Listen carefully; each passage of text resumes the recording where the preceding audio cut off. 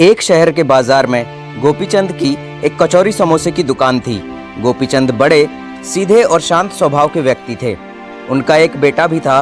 दुकान के एक कोने पर गोपीचंद कचौरी समोसे तलते रहते और दूसरे कोने पर उनका बेटा पैसे लेने देने का हिसाब किया करता था। दुकान के ठीक सामने एक बहुत बड़ी सॉफ्टवेयर की कंपनी थी।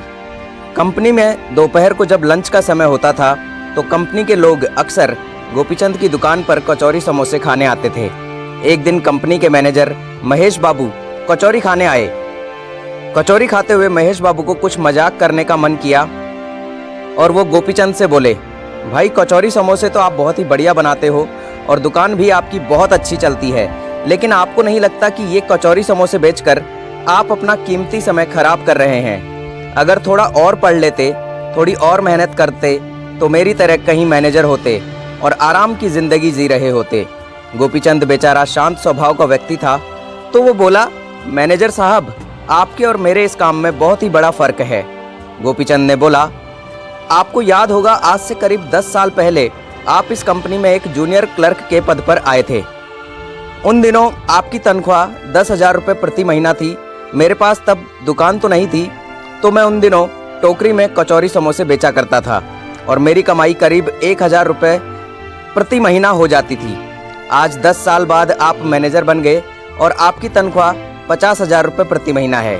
मेरी अब अपनी दुकान है और मेरी कमाई 2 लाख रुपये प्रति महीना है। लेकिन चलिए, पैसा ही सब कुछ नहीं होता। आपने अपने जीवन में जो मेहनत की है वो आपके बेटे के काम नहीं आएगी, वो आपके मालिक के बच्चों के काम आएगी। जब मेरा बेटा बड़ा होगा तो वो मेरी दुकान को संभालेगा और उसे कोई संघर्ष नहीं करना पड़ेगा। मैंने मेहनत करके अपनी दुकान को बड़ा बनाया है और ये सब मेरे बेटे को मिलेगा। वो आराम से मेरे बिजनेस को आगे बढ़ाएगा। लेकिन आप तो अपने बेटे को सीधा मैनेजर पद पर नहीं बिठा सकते।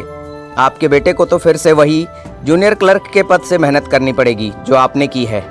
आपकी मेहनत का उसे ज़्यादा फायदा नहीं मिल पाएगा।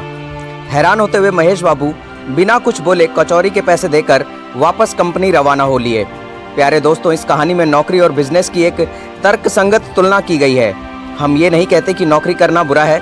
दरअसल नौकरी भी अच्छी है और अच्छाई बुराई तो हर काम में होती है, लेकिन बिजनेस नौकरी से कैसे बढ़िया है, उत्तम है, ये बात इस कहानी के जरिए हमने आपको बताने की कोशिश की है। ये कहानी बड़ी ही मनोरंजक है, जो कि हर उम्र के लोगों को पसंद जरूर आई होगी। इसलिए जीवन में अगर आप सरकारी नौकरी नहीं लग पाए तो यह मत सोचिए कि आप में क्षमता नहीं है। आप अपना व्यापार करिए। अगर व्यापार में आप उन्नति करेंगे तो आपके साथ केवल आप ही उन्नति नहीं करेंगे, आपकी आने वाली पीढ़ियां भी आपके साथ उन्नति कर पाएंगी। आप उनको एक बहुत बड़ा साम्राज्य स्थापित करके देख सकते हैं। और तो इसीलिए इसी सोच के साथ आगे बढ़ते रहिए और जीवन में बिल्कुल भी निराश मत रहिएगा। कहानी अगर पसंद आ गई हो तो कहानी को लाइक और शेयर ज़रूर कर दीजिएगा। और अगर आप वीडियो में यहाँ तक पहुँच गए हैं तो चैनल को ज़रूर सब्सक्राइब कर लीजिएगा। मिलते हैं अगले वीडियो में, तब तक के लिए जय हिंद, जय भारत।